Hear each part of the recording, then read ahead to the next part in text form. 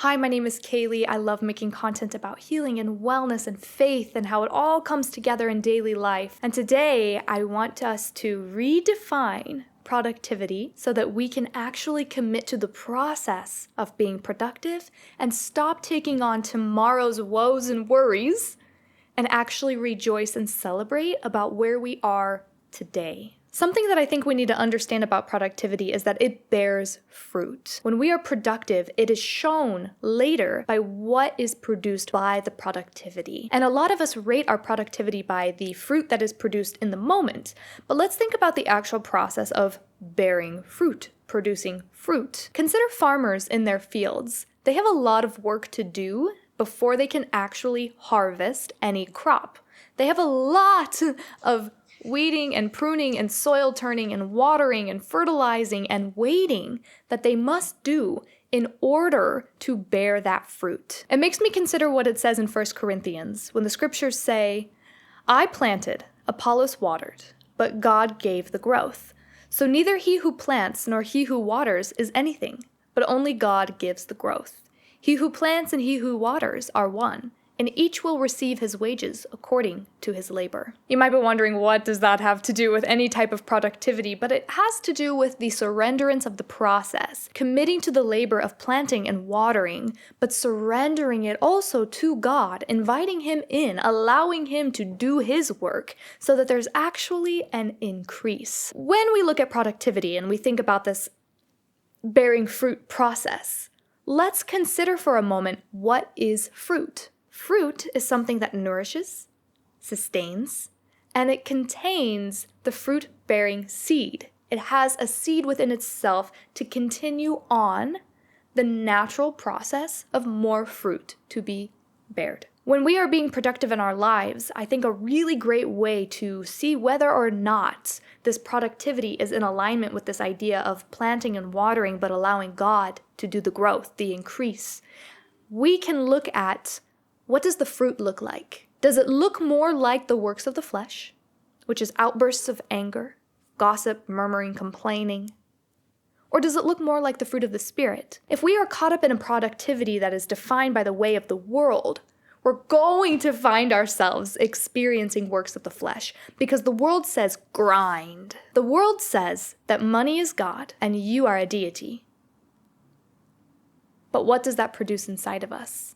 If you go to Galatians chapter 5, you see a lot of what this worldly productivity produces. Some of the words included are drunkenness, envying, hatred, anger, jealousy, adultery, fornication, uncleanness, idolatry, really intense, heavy things.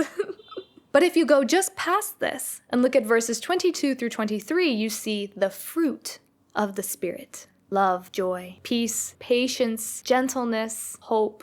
I think it is wise to look at the fruit that we bear in our lives, whether it is the works of the flesh, which the scriptures don't even call fruit, or is it the fruit of the Spirit? Are we grinding in the way of the world, trying to be productive in a way that we think by our own human understanding is productive because our comparison is other people's worldly productivity? Or are we being productive in a way that honors the planting and the watering and God giving the increase, which then grows fruit in our lives? Productivity does not mean burning out. Productivity doesn't even always mean a physical thing being produced. Productivity is also the state by which we address and engage with the tasks at hand. If you have a difficult assignment coming up, a difficult task, a deadline, and you're thinking to yourself, I need to be productive, I need to work on this, I need to study for hours, I need to write drafts, prepare presentations, whatever is going on, and you charge into all of that in a worldly way of productivity, which is to overcaffeinate, undersleep, grind yourself down, hustle, you find yourself experiencing works of the flesh, bouts of anger, frustration, annoyance at people, maybe even disrespecting, maybe even horrible self-talk. You experience the flesh under fire.